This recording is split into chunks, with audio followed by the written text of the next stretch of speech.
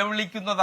അതിന് മറുപടി പറയട്ടെ. കാരണം ഒരു ഘട്ടം മുഴുവൻ ഈ പറയുന്ന മർദ്ദനത്തിന്റെ ചാമ്പ്യന്മാരായി നിന്നവർ നിങ്ങളാണ്, അതിന്റെ ഭാഗമായിട്ടാണ് ഇപ്പോൾ ഈ അടി വാങ്ങിക്കുന്നതെന്നാണ് പറയുന്നത്. അതായത് നിങ്ങളുടെ നേതാക്കന്മാർ ആരാന്റെ മക്കളല്ല, കെ കരുണാകരനടക്കം അബിൻ വർക്കി പണ്ട് കൊടുത്തതിന് ആരാന്റെ മക്കളെന്ന പേരിൽ ആ ഒരു പട്ടികയിൽ ഇതിനെ ഉൾപ്പെടുത്തേണ്ട നിങ്ങളുടെ തന്നെ നേതാക്കന്മാർ സമ്മാനിച്ചതാണ് നിങ്ങളുടെ കുട്ടികൾക്ക് ഇപ്പോൾ ഓരോ ദിവസവും തലയിലായാലും പുറത്തായാലും ഒക്കെ ഏൽക്കേണ്ടി വരുന്ന പോലീസ് അടി എന്നാണ് ഹസ്കർ പറയുന്നത്. അതായത് ശ്രീ വി എൻ ഹസ്കർ ഇവിടെ പറഞ്ഞ കാര്യങ്ങൾ, ഇപ്പോൾ ആദ്യമായി ലാത്തി കണ്ടതുകൊണ്ടാണ് ഞങ്ങളുടെ ആളുകൾ ഇങ്ങനെയൊക്കെ പറയുന്നത്. ആദ്യമായി ലാത്തി കണ്ട വനിതാ സഹപ്രവർത്തകർ കോഴിക്കോട് ഗവർണറെ കരിങ്കൊടി കാണിക്കാൻ പോയപ്പോൾ പൊട്ടിക്കരയുന്ന ദൃശ്യം നമ്മൾ കണ്ടതാണ്. പക്ഷെ അത് യൂത്ത് കോൺഗ്രസിൻ്റെയും കെ എസ് യുവിൻ്റെയും സമരത്തിലായിരുന്നില്ല ശ്രീ ഹസ്കർ, അത് SF-യുടെ സമരത്തിലായിരുന്നു.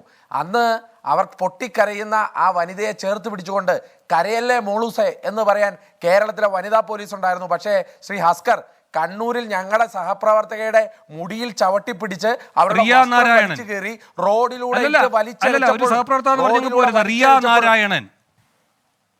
റിയ നാരായണൻ എന്ന് പറയുന്ന അഴീക്കോട് അസംബ്ലി ജനറൽ സെക്രട്ടറിയെ റോഡിലിട്ട് വലിച്ചിഴച്ചു കൊണ്ടുപോകുമ്പോഴും റിയയുടെ കണ്ണിൽ നിന്ന് ഒരിറ്റ് കണ്ണുനീര് വീണിട്ടില്ല ഹസ്കർ. അതുപോലെ തന്നെ ഈ ഇന്ന് ആലപ്പുഴയിൽ മേഘ എന്ന് പറയുന്ന പെൺകുട്ടി, മേഘയെ പോലുള്ള, അരിതാ ബാബുവിനെ പോലുള്ള, മുക്താരയെ പോലെയുള്ള, സ്നേഹയെ പോലുള്ള യൂത്ത് കോൺഗ്രസിന്റെ ഭാരവാഹികൾ ആരും ലാത്തി കണ്ടപ്പോഴും നിങ്ങളുടെ തോക്ക് കണ്ടപ്പോഴും വിറച്ച് കണ്ണീര് പൂണ്ടവരല്ല, മറിച്ച് അതിനെതിരെ ശക്തമായ പ്രതിരോധം തീർത്തവരാണ്. അതുകൊണ്ട് ഞങ്ങൾ ആദ്യമായി ലാത്തി കണ്ടവരാണ് എന്നൊക്കെ ഹസ്കർ ഇവിടെ ഇരുന്നങ്ങ് പറഞ്ഞാൽ അതൊക്കെ അങ്ങ് AKG സെന്ററിൽ പോയി പറഞ്ഞാൽ മതി എന്നത് മാത്രമേ പറയാനുള്ളൂ. രണ്ടാമത്തെ കാര്യം, കെ കരുണാകരന്റെ പോലീസിനെ കുറിച്ച് പറയുന്നു. പ്രിയപ്പെട്ട ശ്രീ വേണു, നിങ്ങൾ ഓർക്കുന്നില്ലേ കരിങ്കാലി രമൺ ശ്രീവാസ്തവ? ആ കരിങ്കാലി രമൺ ശ്രീവാസ്തവയാണ് സർ ഇന്ന് പോലീസ് വകുപ്പിനെ ഉപദേശിക്കാനിരിക്കുന്നത്. എന്തിയെ ശ്രീ ഹസ്കർ? അപ്പോൾ അങ്ങനെയാണെന്നുണ്ടെങ്കിൽ നിങ്ങളുടെ വിമർശനത്തെ നിങ്ങൾ തന്നെ ശരിവെച്ചാൽ അപ്പോൾ ആ രമൺ ശ്രീവാസ്തവയാണോ നിങ്ങൾ പോലീസ് സേനയെ പുനരുദ്ധരിപ്പിക്കാൻ വേണ്ടി ഇവിടെ സേവനം അനുഷ്ഠിക്കാൻ കൊണ്ടുവച്ചിരിക്കുന്നത്? അപ്പോൾ നിങ്ങൾ എത്രമാത്രം പ്രാകൃത ലോകത്താണെന്ന് നിങ്ങൾ ചിന്തിക്കണം. 90കളിലും 80കളിലും കുറേയധികം സമരങ്ങൾ നടന്നിട്ടുണ്ട് ശ്രീ ഹസ്കർ.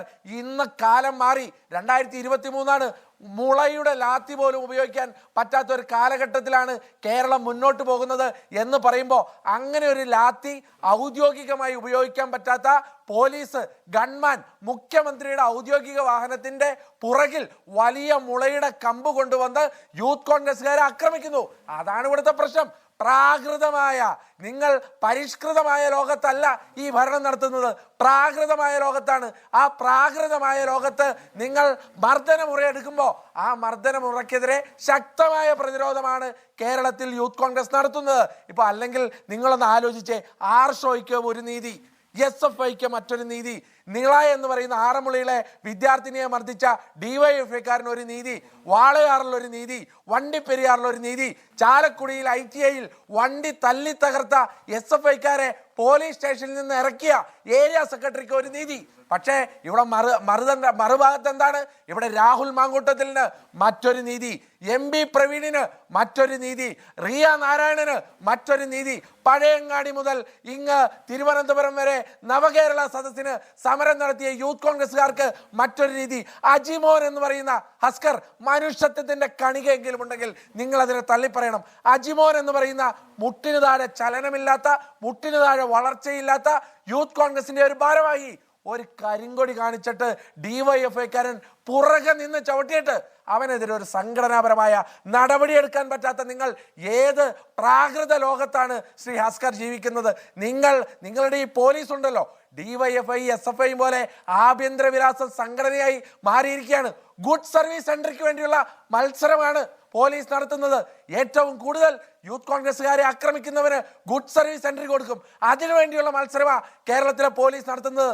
ഇന്നിപ്പോ പ്രവീണിനെ, വേണു ആദ്യം ചൂണ്ടിക്കാണിച്ചില്ലേ, പ്രവീണിനെ വലിച്ചകത്തേറ്റിട്ട് മനഃപൂർവ്വമായി അടിച്ചു മർദ്ദിക്കാൻ നേതൃത്വം കൊടുക്കുന്ന ആ പോലീസുകാരൻ ഉണ്ടല്ലോ, DYFIയുടെ വേഷമണിഞ്ഞ പോലീസുകാരൻ, കാക്കി അണിഞ്ഞ DYFIക്കാരൻ, അവരുൾപ്പെടെയുള്ളവർ അനുഭവിക്കാൻ പോകുന്നതേ ഉള്ളൂ. ഞങ്ങൾ ഇതിനെതിരെ കൃത്യമായ നടപടി. ഇവനൊന്നും പെൻഷൻ മേടിക്കാൻ പോകുന്നില്ല വേണു, ഇവനൊന്നും കേരളത്തിന്റെ ചരിത്രത്തിൽ പെൻഷൻ എന്നതുകൊണ്ട് വീട്ടിൽ ചോറ് വെക്കാൻ പോകുന്നില്ല എന്നുള്ളത് ഈ പോലീസുകാരനൊക്കെ മനസ്സിലാക്കിക്കോ.